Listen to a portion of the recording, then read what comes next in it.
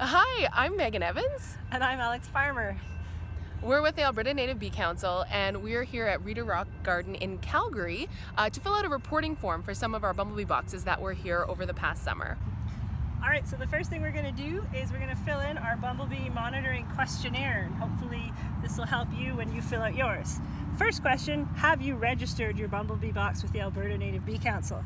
And for the boxes in Reader's Rock, the answer is no. What is the physical address? This will be Reader's Rock Garden.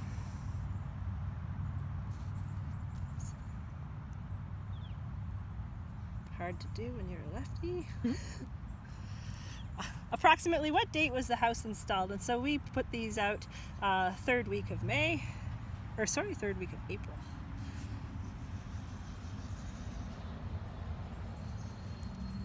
What color did you paint the box? We left these ones unpainted and just with a plastic cover. And our inspection is being done today on September 19th.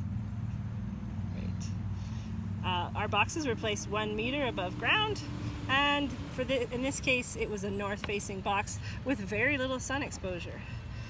The house was occupied, and we're going to have a look at that to see with how many cells. So when you open the nest box, if it's on a tree, you might want to give it a tap first just to make sure if any bees are still alive, you're not going to get stung. And upon inspection, you can see that the cotton has been well pitted by queens and workers, and we can actually see a little worker inside here. So everything is deceased at this point. And the colony ends up being kind of like its own, enclosed in a thin wax ball itself. And when you look inside, we can see remnant cells. So these smaller cells would be workers and males, but perhaps some of these larger balls, my thumb's in the way, might actually be for a new queen. And those new queens are important because that's next year's generation. So the more new queens you have, the better the success of this colony. Oh, there's one that never actually emerged. There's a little worker inside. Right, so because we've kind of worn on into fall, a lot of times you'll get waxworms or other sort of parasites that will come in and eat the remnant wax and the sugars from the honeys that they produce. So this is a pretty degraded state for the colony at this point, but we can give a pretty good or a rough guesstimate at this point. And if you were to count all these little emerged cells, we're looking at a number around 55 to 75. So it's a pretty nice colony. This would be a Bombus vegans colony. We have one leftover little worker on the side here. But yeah, just this can happen quite often. The later you actually check your colony, the more destruction.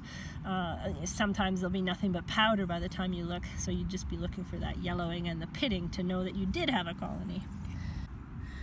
So what we're counting here, these are the individual cells that each new bee emerged from. So there'd be 1, 2, 3, 4, 5, 6,